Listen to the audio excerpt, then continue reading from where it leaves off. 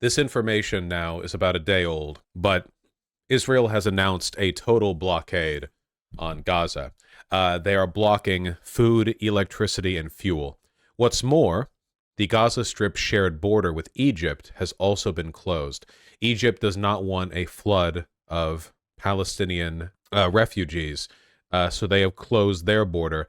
Well, actually, I've heard they closed it, then reopened it, and they closed it again. Is it currently closed? Hold on, because they keep doing it back and forth.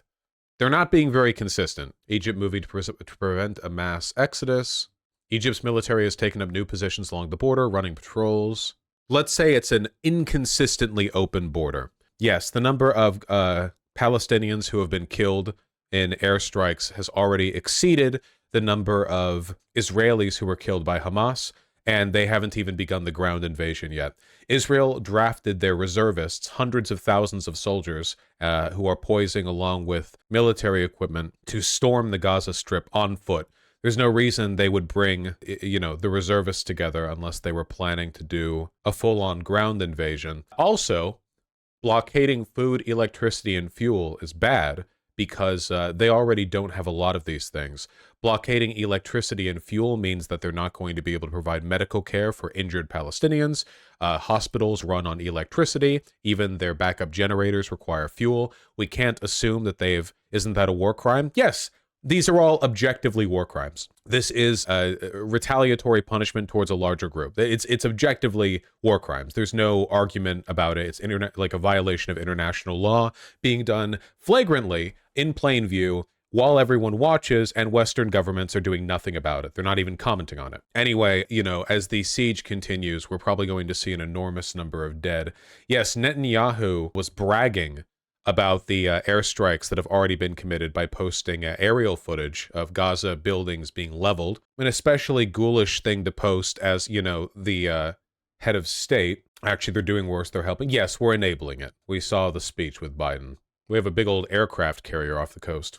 We have sent the largest boat in the world, not the largest boat, the largest military vessel. USS Gerald R. Ford is hovering off the coast in the Mediterranean. It's very big. We have apparently lent aid, or offered aid at least, when it comes to hostage rescues, but that's bullshit. There's nothing that aircraft carrier and its strike group can do to assist in hostage retrieval. In reality, I suspect the reason we have that group there is in case Hezbollah gets involved from Lebanon. Because if they did, the carrier and the strike group has enough munitions to reasonably deter action from the northern border. Sending a mobile fortress, basically? Yeah, basically. Hezbollah and IDF have already exchanged fire? Yeah, but there hasn't been an actual full-on invasion from the north yet. And I would be surprised if there was. Hezbollah would not win that encounter. At least I don't think they would. They could definitely help with hostage revival since there are SEAL teams, Marines, and plenty of helicopters in that fleet. I think they're there to prevent escalation. Well, the United Nations has been pretty consistent in condemning the behavior of Israel because the world at large doesn't really like Israel. It's just America and the people who want to get along with America. Yeah, we already have footage coming out of Gaza showing just how bad things are there. Again, the Gaza Strip is one of the most densely populated places on Earth. So whenever you see leveled blocks like this, you're seeing previous residences of hundreds and hundreds of people. And again, keep in mind, the ground invasion hasn't even happened yet. Yeah, about 1/2 the population of the Gaza Strip is children. Did you see Marco Rubio basically call for genocide in Gaza? Yes, I did, as a matter of fact. Marco Rubio said, "I don't think Israel can be expected to coexist or find some diplomatic offer with these savages. These are people, as you've been reporting, that deliberately targeted teenage girls, women, and children, and the elderly, not just for murder and then dumping their bodies off in the streets of Gaza where the crowds can then defile their lifeless bodies. They're just horrifying things. We don't know the full extent of it yet. There's more to come in the days and weeks ahead. You can't coexist with that. They have to be eradicated." Yeah, pretty much like the standard. It'll be difficult to find a link since it was from live coverage, but the Israeli military radio station said it will go through its own citizens being held hostage if it has to in order to occupy Gaza faster. Yeah, I don't think that they're going to rescue many hostages. Maybe even any hostages. I think it's very unlikely. Hamas has already threatened to execute a hostage every time civilians in Gaza are hit by Israeli airstrikes. Obviously, this is happening constantly, so by this logic, they will be executing the hostages very quickly. But also, the hostages are no doubt being kept in the elaborate series of underground tunnels that have been built by Hamas. There is just no way to get them. There is no way to get them before they are killed. This is not the hostages are being kept in one building by terrorists who want to live. This is the hostages are spread out in an underground network under a territory of 2 million people where the people holding the hostages don't care if they die. Yeah, the Israeli government, I don't think they're going to save these hostages. I don't think they're even going to try to. I don't think it's logistically possible. Have you talked about how Netanyahu actually funded Hamas? Yes, we've talked about that. My guess is that the IDF may hold off on a full invasion of Gaza for now. They recognize they'll incur massive casualties, so the IDF would rather starve out Gaza. They can then divert troops in the Gaza Strip to the north to defend against Hezbollah. Well, they're currently sieging Gaza, so in all likelihood, yeah, they're going to wait a bit. But the death toll is going to end up being massive.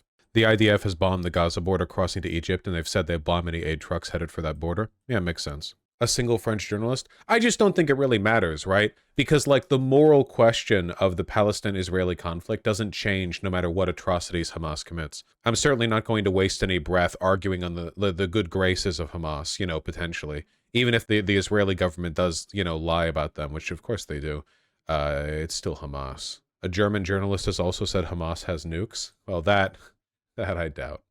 That I think might be cap. Mediterranean? Yeah, Mediterranean. So where is it? By Cyprus? Somewhere over here? It would make sense if it was in a more northern position, because that would confirm my belief that they would be there to stop Lebanon. I don't think it's tracked. They should be able to see it over the water. Did you see that Wall Street Journal article about Iran being involved? Is it turning out to be completely false? Yeah, I did see that. There was a Wall Street Journal article claiming that it was like confirmed that Iran had facilitated these attacks. And then now a bunch of evidence is coming out that the Wall Street Journal article is cap. And a bunch of people, like politicians, were citing it, you know? CVN 78 is now less than 5 kilometers. Right here, directly west of Beirut, thereabouts. Why is there a gap in international waters between Israel and Egypt? Because this is the Gaza Strip, and the Gaza Strip is not, like, technically controlled by Israel. You know, it's complicated. So international waters extend down here because there is no national border to extend out. So, like, international waters start so-and-so miles away from a nation's borders, but because the Gaza Strip is in this weird, like, in-between, like, blurry, you know, area, they just, like, international waters extends right down to it. Reports of several mortars fired from Syria to Israel, but the projectiles fell short and did not cross the border. Cool. Mortar fired to the Golan Heights. These are the Golan Heights, right? This is Golan Heights? Blue is Golan Heights? Yes? Okay. Israel army soldiers are responding with artillery mortar shells towards the origin of the launching in Syria. So right over here. Israeli army bombed Syrian army positions. So the alleged attack is this. Mortars fired from Syria, but they fell short. Okay, it's probably not the actual Syrian army, though.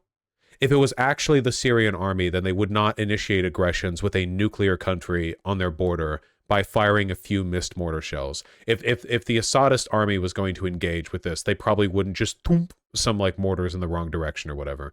Okay. Yeah, like I said, it's clearly not. Well, maybe they shouldn't use the term Syrian army. It's Iran-backed militias in Syria that are allied to Assad. Yeah, but it's still very different. It's still different. It's like fake bullshit, right? Like, Ukraine can fight Russia with American arms, and that's fine. And Americans can join Ukraine's Foreign Legion and fight for Ukraine, and that's fine. But if an American soldier goes in Ukraine and fights, that's World War III. It's like a very different... Okay, if it was actually the Assadist military, then this would be a really, really big deal. But it doesn't seem like it is. Oh, wait, do we have a location? Oh, shit! Holy shit! Remember the last site? The last location of the Gerald Ford carrier strike group was all the way over here. Now it's just off the waters. You'd be able to see it from the beach. And right here in the north because of Hezbollah, yeah. Yeah, I'm telling you, the carrier strike group is saying they're here to help with hostages, but those hostages are as good as dead, okay? The reason the carrier strike group is here is to stay here. So if Hezbollah intervenes, it can deter. A lot of the fighting is happening right here, just like a few miles off the coast, you know? We may be sending another carrier in. Oh, shit. The Eisenhower? To deter regional powers from joining the war. It was already planned to be there. Both of them? Well, the question is whether it relieves the first one or if they're both there. That's good, actually. It's This is probably good. In fact, no, this is definitely good. Nobody benefits from like protracted fighting between Israel and Hezbollah and like Syrian militia groups. Like nobody benefits. The Palestinians don't benefit. Nobody benefits. Having the U.S. here probably helps. I thought the U.S. Navy operates as carrier fleets, not just individual carriers. It does. They're carrier strike forces. The amount of military hardware. Yeah, here, Carrier Strike Group 12. Here's what's currently hovering off the beach in the north of Israel. Let me see. Jeez. Okay, hold on. They keep changing the size of the strike group. I want to see how large this one is. If they have a disproportionately large strike group attached to the Ford, that might indicate like a higher perceived threat level, or it might just be a normal one. I don't really know. Along with the Ford, the U.S. is sending the carrier USS Normandy, the cruiser USS Normandy, sorry, and destroyers USS Thomas Hudner, USS Ramage, USS Carney, and USS Roosevelt. And the U.S. is augmenting Air Force F-35, 15, 16, A-10s fighter aircraft squadrons in the region. Okay, cool. 1 cruiser and 4 destroyers. And probably a ton of submarines. Will the U.S. step in if Arab countries actually attack Israel? Oh yeah, 100, yeah, absolutely. We might step in just with like extensive Hezbollah fighting, but if like anything like national happens, then yeah. I don't want a bullet or spark of gunpowder ignited from the USA. No. The USA, I don't see any situation in which the USA makes things worse here. First of all, again, right now, the Ford Carrier Strike Group is poised here, where the fighting is between Israel and Hezbollah. Hezbollah is not a national military. They are a very, very large, like militia, terrorist group, whatever. If there's like a serious invasion, Hezbollah has no chance against like assistance from a carrier strike group. Carriers, the planes, like okay, I know that it's not like World War II anymore, and destroyers don't literally just fire cannons inland or whatever, but the fighting here looks like it's happening within a few miles of the beach. I'm pretty sure that a carrier strike group could reduce this entire area to like a no man's land, which they definitely would if it was just Hezbollah there. I think so. In that sense, at least, they're a deterrent. I guess with the serious shit, if it's just like militia groups, it's not that big of a deal. Egypt isn't going to do anything because that'd be insane. Look at what alert is coming from Yemen. Oh, I thought you meant something had just happened. My apologies. Like on the list. Abdul Malik al-Houthi, if Americans are intervene in some way, we are ready to participate even with missile bombing and drones. Okay, cool. Nice. Wait, what? How? There's nothing Yemen can do. It's LARP. It's LARP. They're like, they don't like Israel. We're showing our support for the Palestinians by fighting against American pig dog imperialism, while $1 billion trillion of military equipment is floating just a few miles off of the Israeli border. No, it isn't. They have Iranian missiles and long-range drones. They can't do anything against the carrier strike group. It'd be insane of them to try. Okay, we're America.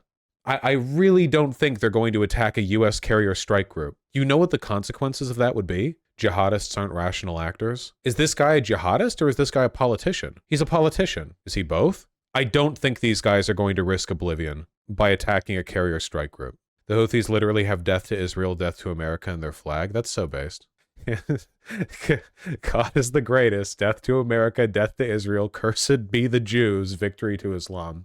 All right, yeah. These politicians could attack a U.S. carrier simply on ideological basis. They're actually not that rational. Well, I mean, if they did attack a carrier, what do you think would happen? Like, we get some scuff damage, and then, we have casus belli to level Yemen into, like, a perfectly flat, sort of, like, the world's largest single glass pane. There's no... Yeah, I don't see it. I don't see it. I mean, maybe.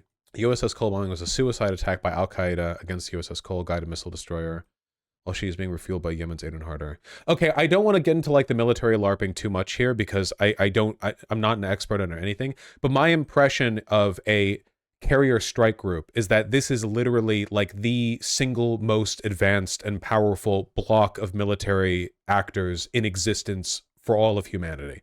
Like, it's not just a boat. It's like a combined representation of enough military hardware that it could level nations if it wanted to. Like the amount of shit that they pack into these carrier strike groups is genuinely like without comparison to other nations. I don't think you could sneak up on them. I don't think you could do I don't think anyone in the region could do anything to them except for like Israel or like, I don't know, like maybe Iran in some situation, but like they're all the way over there or whatever. I just, again, like it's not like a military LARPing thing. I just want to make it clear that like this represents I think a fairly like formidable display of military might. It's not like a bunch of like US soldiers in a base or like a tank that can have its treads blown or whatever. It's beyond that. Do they have nukes on them?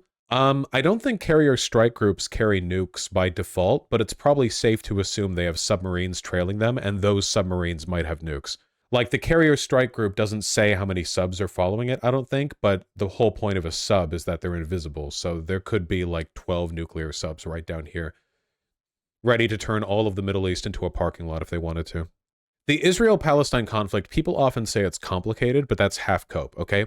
Morally, the Israel-Palestine conflict is so not complicated, okay? Morally speaking, the Israel-Palestine conflict is like the least complicated shit in the world, okay? Logistically, it's unbelievably complicated, right? So if you want moral opinions from me, I've got them. If you want logistically, like, I'm not the one to solve this, okay? I'm sorry. They literally filmed themselves killing foreign workers. Why would they treat them better as hostages? My best guess is this, and this is just a guess. Hamas might want to keep foreign national hostages alive so that when IDF inevitably moves in and kills all of them, it looks worse for Israel. Hamas might be banking in a situation where the international community knows that these like German partiers or whatever are alive, and then the IDF kills them, like undeniably kills them. And that's like a big blow internationally to Israel's reputation. As a strategy goes, that's actually not a bad idea from Hamas. Like, that's a lot smarter than a lot of other routes they could take this. I don't see any situation where the IDF gets those people out alive. It seems so unlikely to me. Vosh, I don't think people know how radicalized Arabs in general are against Israelis and Jews. Yeah, it's really one of those things where you can't really appreciate it as a Westoid until you see like the videos or whatever. But like Adolf Hitler lives, and he is every Arab. Like the attitude of the common attitude towards Jews from Arabs is like it's beyond Hitlerite, genuinely. Like, it's insane. It's really, really, really bad. And it was bad before Israel was founded too. Israel's formation made it a hell of a lot worse, but it was bad before that as well. It's never been good. Is the idea that Hamas is controlled opposition a conspiracy theory? No, it's not. We literally know for a fact that like Netanyahu has promoted Hamas and funded them, and we know for a fact that they exist to the benefit of the far right. Yeah. They're not controlled opposition. It's more like they're very beneficial opposition. Yeah, controlled opposition implies Hamas takes their orders from Israeli officials, and that's not true. More like they exist to the benefit of the Israeli far right, and they have a mutually beneficial relationship. Supported opposition. Vosh, stop spreading this conspiracy. Israel never funded Hamas. Didn't Big Joel post that tweet quote? That was from Israel's largest newspaper. Again, it's one of those like, well, if we want to do the research, but we've talked about it before. This is from Haaretz. This is the oldest newspaper in Israel. Effectively, Netanyahu's entire worldview collapsed over the course of a single day. He was convinced that he could make deals with corrupt Arab tyrants while ignoring the cornerstone of the Arab-Jewish conflict, the Palestinians. His life work was to turn the ship of state from the course steered by his predecessors to make the two-state solution impossible. En route to this goal, he found a partner in Hamas. Quote, anyone who wants to thwart the establishment of a Palestinian state has to support bolstering Hamas and transferring money to Hamas, he told a meeting of his Likud party's Knesset members in March 2019. This is part of our strategy to isolate the Palestinians in Gaza from the Palestinians in the West Bank. I mean, is that cap? Yeah, from times of Israel. For years, Netanyahu propped up Hamas. Now it's blown up in our faces. Like, it's pretty obvious, if you think about it, the ways in which Hamas has benefited Netanyahu and the Israeli far right. He never actually funded them. It's all talk. Well, first of all, even if it's all talk, and that's even if it's all talk, the fact that he's speaking this way perfectly supports the argument, right? That the bolstering of Hamas, because he can bolster Hamas through his policies, right? Decades and decades of deprivation and oppression bolsters Hamas. Like, everything that they've been doing geopolitically bolsters Hamas. So, like, the idea that this begins and ends at direct payments just isn't the case. It's obviously like a broader engagement. That being said, I'm pretty sure there have been times where money has gone to Hamas. I mean, they are like the government of Gaza, ostensibly, quote unquote, finger quotations. IDF officers have admitted to it for fuck's sake.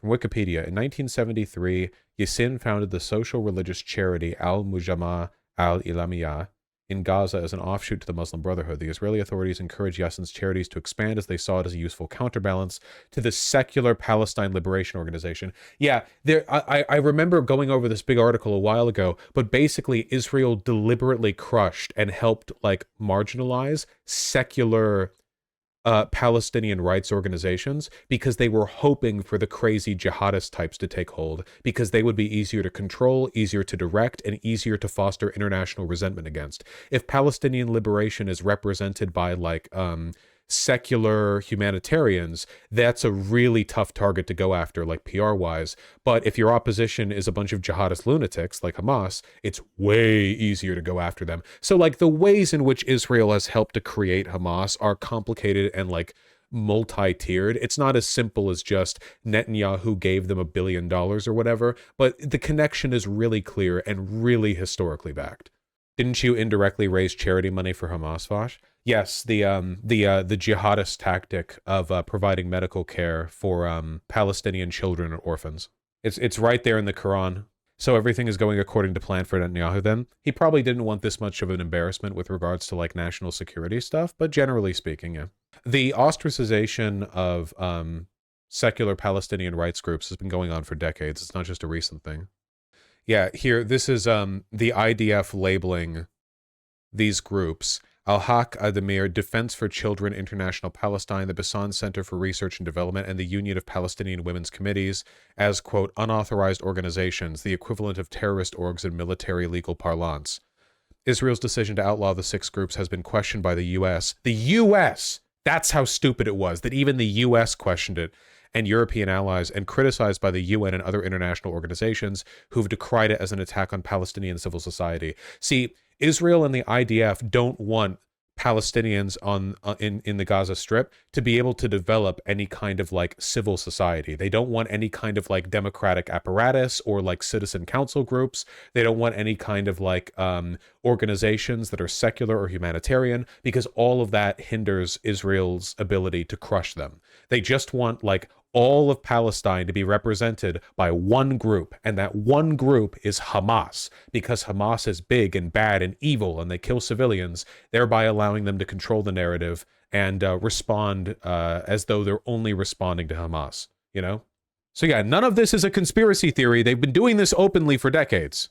I mean, all jihadist organizations are similar to some extent. That's just a byproduct of the underlying tendencies of jihadist organizations. And the biggest meme possible, like the largest meme in the universe that could happen from all of this, would be American Special Forces undertaking a rescue operation to save our own American citizens and getting in conflict with the IDF, who are comparatively much less competent and much more brutal. That would be like the biggest possible meme. Imagine like American Special Forces turning up and IDF has just finished razing the building that the hostages they were going for were kept in. I just want to see the U.S. Marines and the IDF go after each other. Think we're going to get another USS Liberty on the Ford Carrier Strike Group? Really mix things up. Really give the Groypers something to fuss about for the next half century. Vosh, did you just call every Arab Hitler like 10 minutes ago? I think that with regards to the treatment and beliefs concerning Jewish people, there is a large number of Hitler particles dispersed in the Arab world, yeah. I'd be specific about religious fundies, not all Arabs. No, it's not just the religious fundy Arabs. Vosh, you're overstating it. I was deployed to Rojava. Jews live there just fine. Okay, Rojava is obviously not what I mean when I say the Arab world, but also I'm clearly overstating it when I say stuff like Hitler lives in the Arab. Like, well, like, come on, guys. I'm saying that anti-Semitism is a huge problem in the Arab world. Okay, come on. Well, I guess the Arab Jews then, huh? God, you people are insufferable. Seriously? A hyperbolic acknowledgement of anti-Semitism in the Arab world. You guys are like, well, as an Arab Jew, I find that personally offensive. Bro, you're an Arab Jew. You don't have time to be offended by what I'm saying. You're neighbors hate you. Holy shit, what do you how do you have time? You're like doing some Benny Hill shit, running between doors with your laptop, getting offended at my live stream while being chased by the average Arab who's really anti-Semitic. Jesus Christ. Focus on one thing at a time. It's a serious problem. Why can't they say, I say, dude, there's a ton of anti-Romani discrimination in Europe, and everyone's like, oh yeah, of course, even though Europe is made of 50 billion countries with a bunch of complicated shit that separate their views on Romani people. And in America, it's like, oh, I can say this. But then it's like, oh, did you know the Arab world has problems with anti-Semitism? And all of a sudden people in chat are like, bro, I know one Arab who doesn't hate the Jews. Vosh, you didn't say a ton, you said all. No, I will not be gaslit into believing that I said something that could be interpreted seriously as a statement that literally every single Arab is anti-Semitic. Also, I've said all Europeans hate Romani people before. You know the game. You've been here before, Emma Gold dude. And you know what? You have a penchant for whining. I remember your name. I've seen it before. You have a penchant for whining. You've done this before. Quit pretending, okay?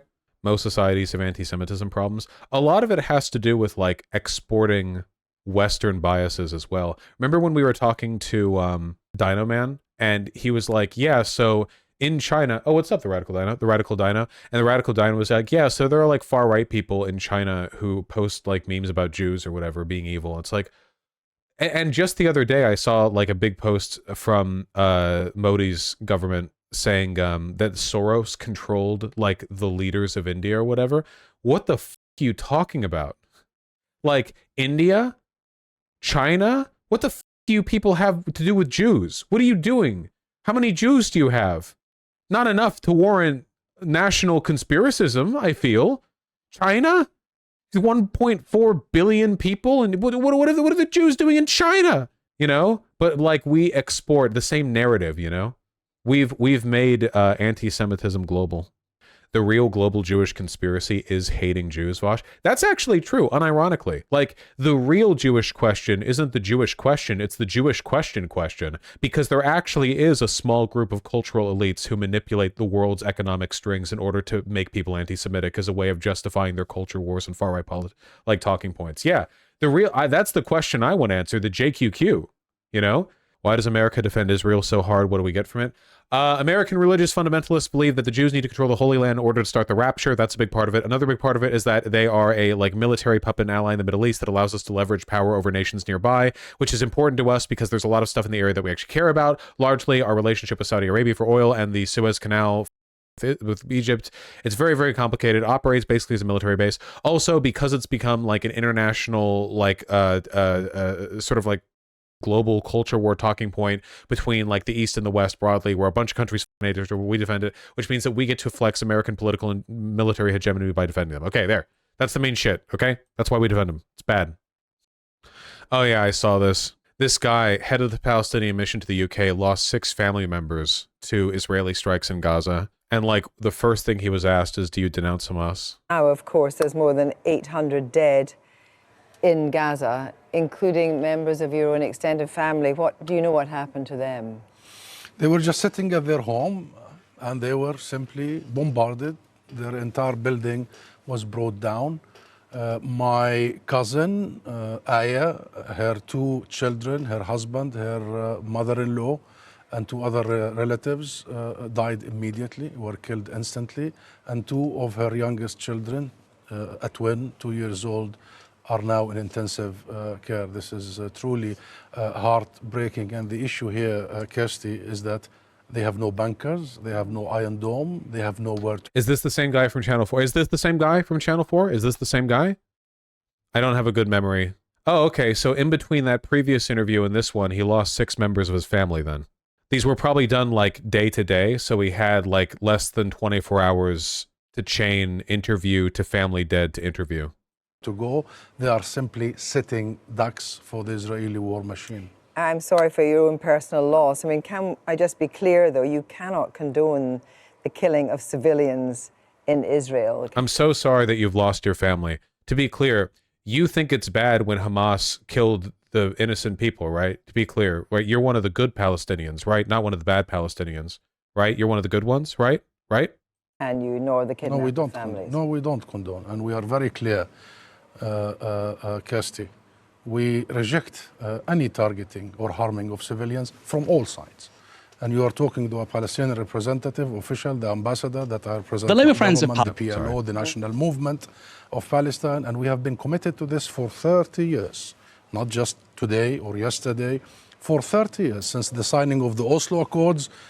We have committed to non-violence. We have committed to negotiations, as you know. Yes, and so this is nothing new. That's no. why this question, we have done everything in our power to find a different path. But we have a situation now, as you heard there from Mark, that Hamas may be an empty threat, threatening to kill hostages. Do you condemn that kind of... It's the second one, too?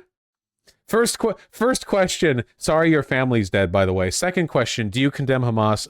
Third question, do you double condemn Hamas for the other thing? Do you condemn Hamas for the attacks against innocents, but endorse the killing of hostages that they caught in the attacks you just announced? You just got to make sure, are you one of the good Palestinians? Or are you one of the bad Palestinians? Sorry about your family being dead, though. Yeah. Look at his face. Action. Listen, hostages must be protected and must be made safe and kept safe. Absolutely. This has no discussion whatsoever. This isn't the worst of it. One journo just lied today about something he said. Yeah, I saw someone linked a video that was 19 minutes, so I'm not watching that shit. But apparently the person who posted the video link said something along the lines of somebody made up a quote from this guy saying that Israel had it coming or something like that, but it was made up. Kay Burley. Opposite number, David Lammy, sharing a platform with the Palestinian ambassador, who basically said the Israelis had it coming. Well, those comments, the idea that he never said that, by the way. Is this the state of British media? I guess it's Sky News, aka Newsmax of Britain. They're crazy. Yeah, I guess Murdoch owns Sky News. Like I said, the JQQ. Why are all these crazy far-right ideologies popping up all over the world? Perhaps there's a secret cabal of people, international, leaders, who are secretly making people think there's another different cabal of people. I unironically believe this. However, we must return the moral high ground, and Israel must immediately cease targeting civilians. And by the way, Kirsty, allow me to say this. This is an Israeli military doctrine. They call it the Iron Dome. Whenever there is such an incident, they go after the civilians to pressure the fighters. So you've heard... Oh my God, is this lady associated with labor? No? She's just in front of a big poster that says Future Labor? No, it's a conference, not an official. But is she like pro-labor? No, she's not. Okay, so she's just a journalist at the Labour Party conference for the BBC. Okay. Just making sure. She is sitting in front of a giant poster saying Future Labour, so I'm just making sure. One of the Israeli well, we know there's been a lot of strikes just 2 minutes ago. He wanted to starve the people in Gaza. He wanted to cut electricity and water. These are war crimes, collective punishment. So there is a possibility that both the UK... There is a possibility that you actually condone Hamas's behavior. I ask you again, sir, do you think it's bad when Hamas killed the baby in the crib? I need to know from you if you think that's bad. Because I think you might think it's good. And the European Commission will cut aid to Palestinians. What's your reaction to that? That would be very, very counterproductive, and it doesn't serve anything. They will do exactly what is Israel doing. They will do exactly the collective punishment and punishing the people who has nothing to do with this. My cousin is not Hamas. In fact, her husband works for the Palestinian Authority, the opponents of Hamas. These kids, 4 years and 2 years, have nothing to do with Hamas. Everybody, including these silly ideas in the world, are punishing the people that have nothing to do with this. And we know that children that are young are also have died in Israel. So, oh, sorry. Wait, hold on. You're pointing out that blockading 2.5 million people in the Gaza Strip might kill a bunch of innocents. Well, did you know that innocents have died in Israel? By the way, do you condemn that? Do you condemn the innocents who have died in Israel? Because I hear what you're saying about us blockading 2.5 million people and starving you all out, engaging in something that is objectively a war crime. But did you know that innocents have died in Israel? So, in your view, is this a contained but appalling conflict between Hamas and Israel, Or do you think Hamas want to widen the conflagration? No, it's Israel now that wants to widen the scope. It's Israel. But that wants to Hamas widen might the want scope. this whole area to be destabilized. Well, Hamas is a militant group. We are the government. Israel has a government. There is the international community. The first and the most important priority now is just to stop this madness, the atrocities immediately, and to learn the lessons. So where does this lead? Where does this lead us with the multiple innocents in Israel who have been killed? Which, by the way, I need to ask, you don't condone that, do you? I'm getting the feeling you kind of do. This is a terrible interview. Should honestly just skip this one. Now you tell me. I'm 3 minutes 40 in. Horrible. Wretched. What is this link? In the last 48 hours, though, do you support what Hamas launched on Saturday morning? Well, this is not the right question, Louis. Really, the right question. It's an important question. No, it is not an important question because we're seeing this guy a lot, huh? Whether you support their action or not is an important question. No. Do you think it's fun for this guy to just go from British interviewer to British interviewer and be asked over and over and over again whether or not he supports terrorism? That's so cool. Definitely not racist British media. I love that. No. That's this guy's job. Like, he's not even an ambassador. He's just the guy you ask if he's pro-terrorism, you know?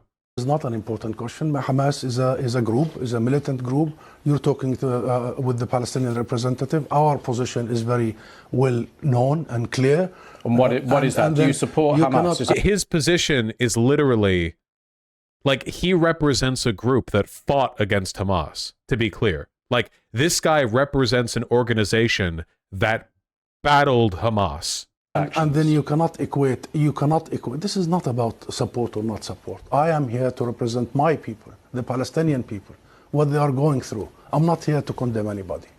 And if anybody that needs to be condemned, it's what you call the only democracy in the Middle East, that is Israel, between parentheses, that is doing what you have just reported, targeting civilians. And this has not just happened the last 48 hours. Hamas was just targeting Palestinians, but you won't condemn that. I'll tell you one thing. Hamas is not the Palestinian government, okay? The Israeli government is giving orders for its organized army. So please don't draw any symmetry here. Don't equate. There is no way you can draw any symmetry. And don't equate between the occupied. This guy is under too much stress to be the sole representative. Yeah, I kind of feel that way. Like, usually ambassadors have like a constant line of contact back to their home country, and they're given like talking points and like specific things to say. But like, this guy is a representative of the Palestinian Authority, which isn't even in control of Gaza. He doesn't really have anyone to talk to. His family's dead.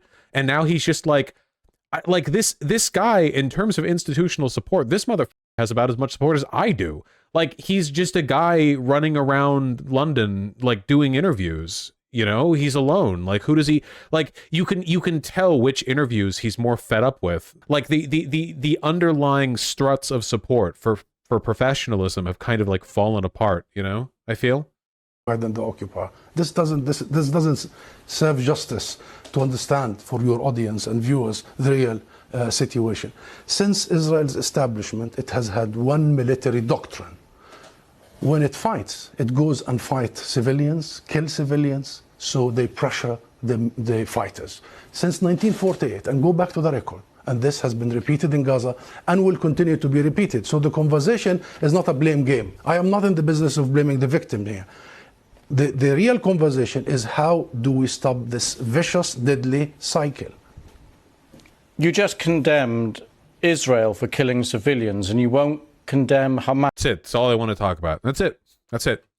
That's all I want to talk about. No systemic engagement, no history, nothing. That's it. That's the only thing they want to talk about. They don't want to talk about anything else. They want to bring their pet little Palestinian diplomat on board so they can ask him 50 times whether or not his heart personally breaks for the innocent Jews who died, and they'll shut him down if he talks about anything else, and that's it. That's all they want to bring him on for. Hamas for killing civilians. How many times you have interviewed Israeli officials, Louise? Hundreds of times. How many times Israel have committed war crimes right live on your own cameras? Do you start by asking them to condemn themselves? Have you? You don't. You don't. He's not going to answer this. He's going to let him do his spiel, and then he's going to say, but you refuse to condemn Hamas. No, I'll answer that question. You don't. You know why I refuse to answer this question? Because I refuse the premise of it. Because at the very heart of it is misrepresentation of the whole thing. Because it's the Palestinians that are always expected to condemn themselves. I mean, come on, this is a political conflict. We have been denied our rights for a long time. So this is the wrong starting point. The right starting point is to focus on the root causes, is to try and get out of this extreme dark tunnel, as opposed to this business. And how but you refuse to condemn Hamas. BBC and the mainstream media for 75 years. You bring us here whenever there are Israelis who are killed. Did you bring me here when many Palestinians in the West Bank, more than 200 over the last few months? Do you invite me when there is such Israeli provocations in Jerusalem and elsewhere? Because what Israelis have seen, which we started by saying tragic, the last 48 hours, the Palestinians see every day for the last 50 years. You know the situation in Gaza, you've just described it. This is the biggest open-air prison. Those people, 2 million, have been taken hostage by Israel for the last 16 years. So I'm saying this just to say, Louise, perhaps this is about time we abandon this rhetoric, very dangerous, this framework, and we start giving people the real ugly truth sometimes. What is the solution in your eyes? Okay, all right. I will admit, he was given the time to speak, and he was asked this question as opposed to, but you refuse to condemn Hamas. International law. That's it. What does that mean? The equal application of international resolutions and law and legitimacy, as you did in Ukraine. Would you bring the Ukrainian ambassador here and start asking him to condemn some of his fighters?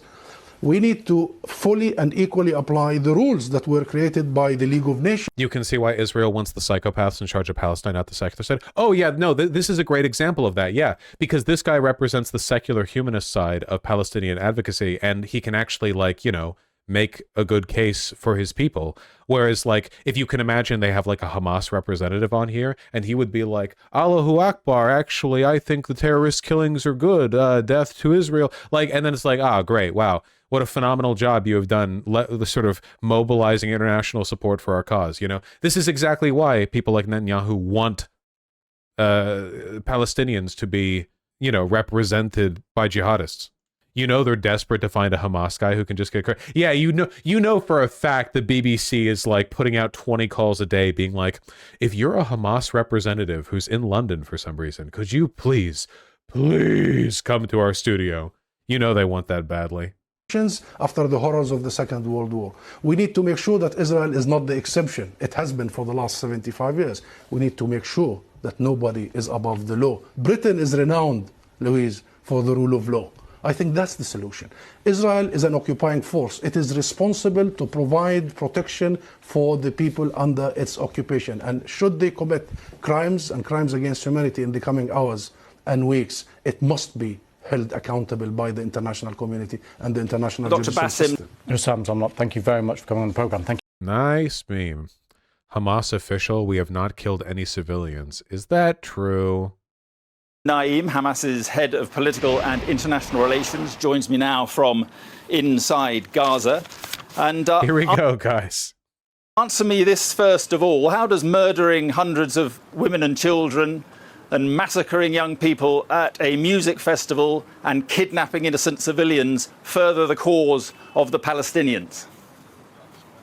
Thank you very much. I am jihadist audio. Really shocked that you, as a well-respected journalist and well-respected channel, to adopt. This is actually really difficult to listen to. I can't believe I'm listening to this through like Apple earbud microphones. Israeli propaganda. I think no one can confirm any of these news. We have the original story. Well, sorry to interrupt. Sorry to interrupt. Are you saying that civilians have not died? We didn't kill any civilians.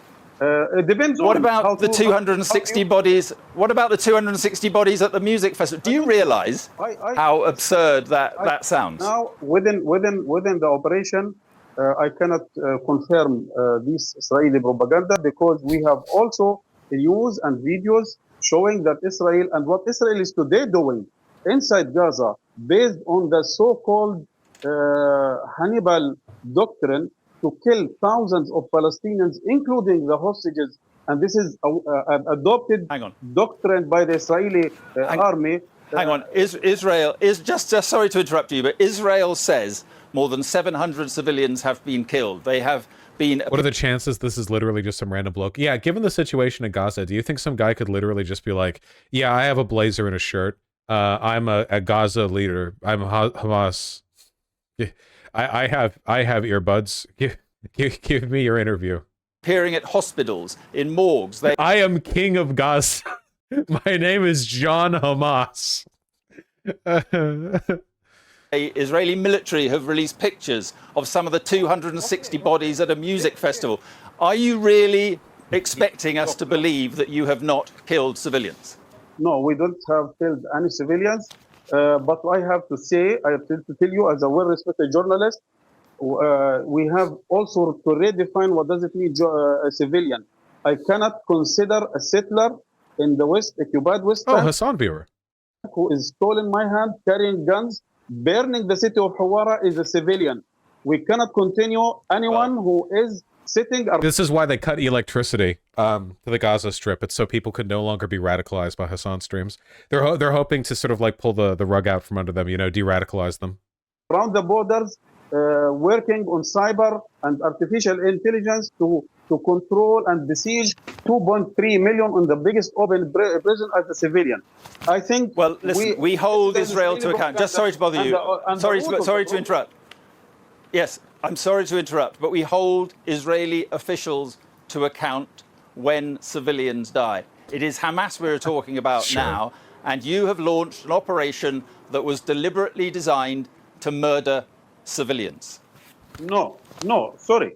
We have responded to a 75 years of occupation. We have responded to a 17 years of a suffocating siege, killing.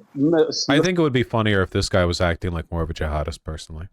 Silently, 2.3 million Palestinians. We have responded to the total control and humiliation and insulting Muslims around the world by the incursions of settlers to the mosque. We have responded to 5. Azan's viewers are going to plummet when the IDF wipes out Hamas. The electricity blockade around the Gaza Strip, and instantly his viewers like plummet down to like 8K or something.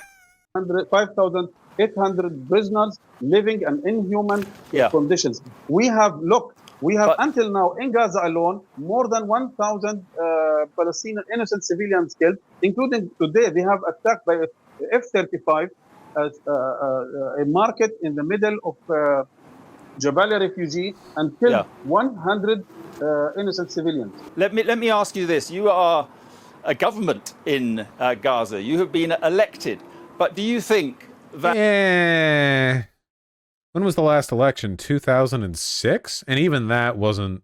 That the people in Gaza are safer tonight as a result of what you did, or less safe as a result of what you did? We were always under attack. We were never safe because in Gaza Strip, you were never safe. You were living in the biggest open air prison. You have to choose either to die by F-35 or F-16 or to die silently by malnutrition. I think we have no choice other than to knock the doors of this biggest open prison to raise our voices because of Israeli aggressions and because of international neglections and keeping silent towards these continuous state terrorism by a state supported by the international community, including your government. I think it's pretty clear from listening to him, though, how easy it must be to like radicalize for Hamas in the Gaza Strip, right?